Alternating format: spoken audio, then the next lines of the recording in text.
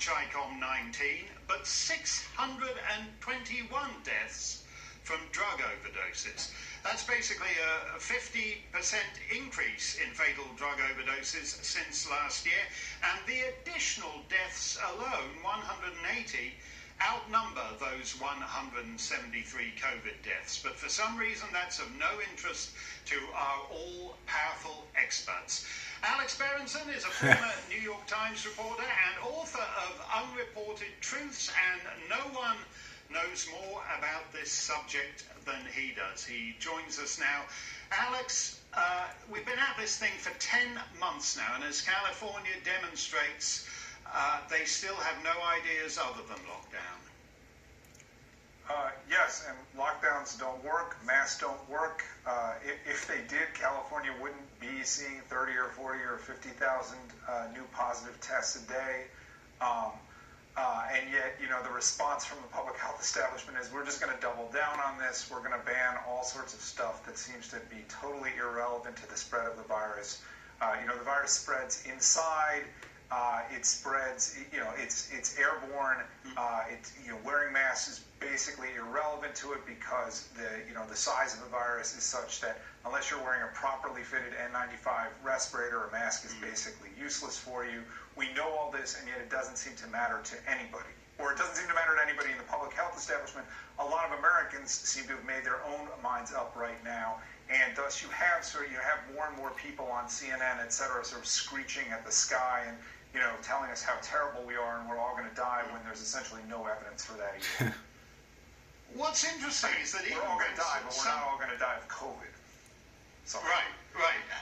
But even when someone does try and recommend a different approach, as the three very respectable people from Harvard, Oxford, and I think it was Stanford did in the Great Barrington Declaration, we now have that 86th vaporized, vanished from the internet.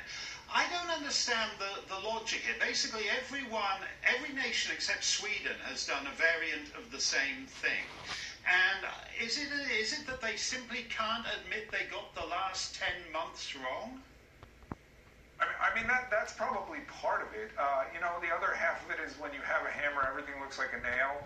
These people are not, they should not be in charge. Our leaders should be in charge, and they should be making decisions. And I've said this, I've really been saying this for 10 months. The job of a politician or a political leader is to balance everything, right? So it's to balance the needs of the business owner who's put his or her life into a business and the needs of a school child who, should be getting face-to-face education with the needs of an 85-year-old in a nursing home. The public health establishment only cares about one metric here, it seems like, and that is reducing COVID deaths. And they frankly have done a horrible job of that, too. Let me tell you how strange the public health establishment has become about this. In terms of rolling out the vaccine, it is 100% clear that the best thing to do with these mRNA vaccines would be to give them really essentially only to the people who are most at risk, which is people 75 and over, 80 and over in nursing homes who are at very high risk of death in general and from COVID. Guess what? There's a doctor named Helen Talbot. She openly said that she didn't want nursing home residents to be vaccinated first because they die so frequently that it would reduce public confidence in the vaccine if they died incidentally. By the way, who do you think is dying from COVID? It's nursing home residents. And why are they dying? A lot of them are dying incidentally, but you never hear anybody say that. We're not allowed to say that.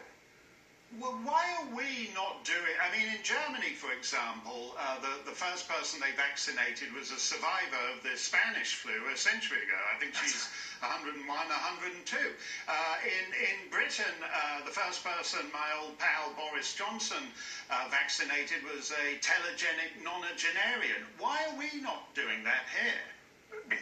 Because, it seems pretty clear. There's this effort. We're going to try to, push/force healthcare workers into being vaccinated. There's going to be a lot of peer pressure on them, and that is going to roll the vaccine out successfully. The problem is there's been a number of adverse events in those groups. Now, you're hearing very little about that. Media outlets are kind of trying to play that down, but the CDC has some data on its website. There have already been, now this is as of last Friday, and it understates the case substantially, we think, but there have been 5 life-threatening events reported related to the COVID vaccine. We don't know, we don't know how effective the mRNA vaccines are long term. This is, again, not to say that, that there's not a place for them, but it is to say that this effort to shove this vaccine down everybody's throats or into everybody's arms is just, it's just of a piece with everything else they've done with lockdowns and masks. Okay. We're going to overstate the efficacy here, we're going to understate the side effects, and we're going to try to force this on people instead of letting people make their own reasonable decisions. We got to run, Alex. Thank you for that. The